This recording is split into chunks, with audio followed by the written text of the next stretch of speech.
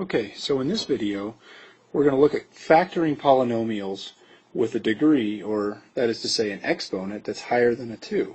And in order to do that, we first need to look back at the polynomials we've already learned how to factor, primarily the quadratics.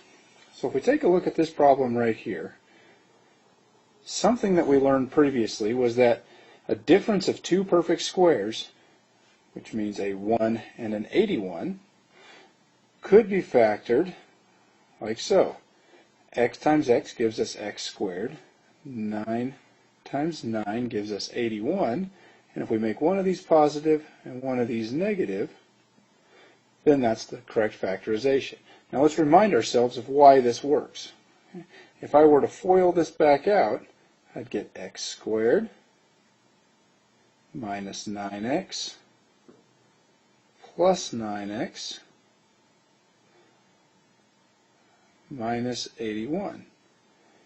And when we combine like terms, the negative 9 and positive 9 cancel each other out to 0, and we are left with x squared minus 81. Those middle terms right here went away.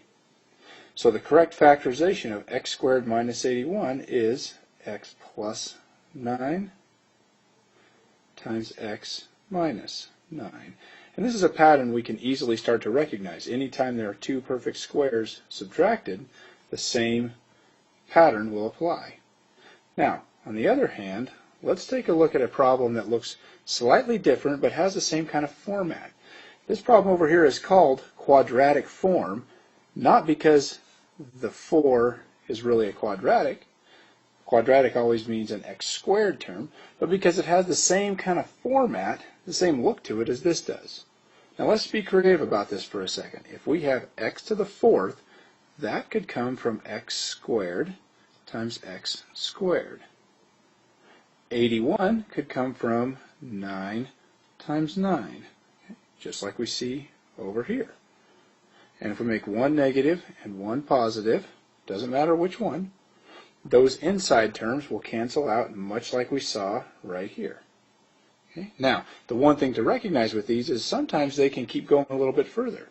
If we know that a difference of two squares breaks down by the same pattern we've been seeing over here, then if you look at what we have, you could say that's the factored form of x to the 4th minus 81, but there's one feature we better recognize.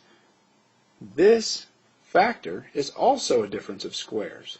So we could take that as its own problem and break it down the following way. X squared comes from x times x.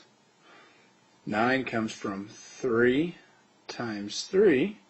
Make one a plus and one a minus. Okay. Now, why can't we do that over here? Well, the reason is because of this little thing. If it's not a difference of two squares, we can't get the middle terms to cancel out and go away. So this one in orange over here, that's not factorable. We cannot do that. So our final result for this problem would be x squared plus 9, that's one of our factors, and then our other factor would be x plus 3 and x minus 3, right there. Okay? It's a bit of a long factorization, but it holds the same kind of format we had over here. So we're trying to connect new things to previously learned topics.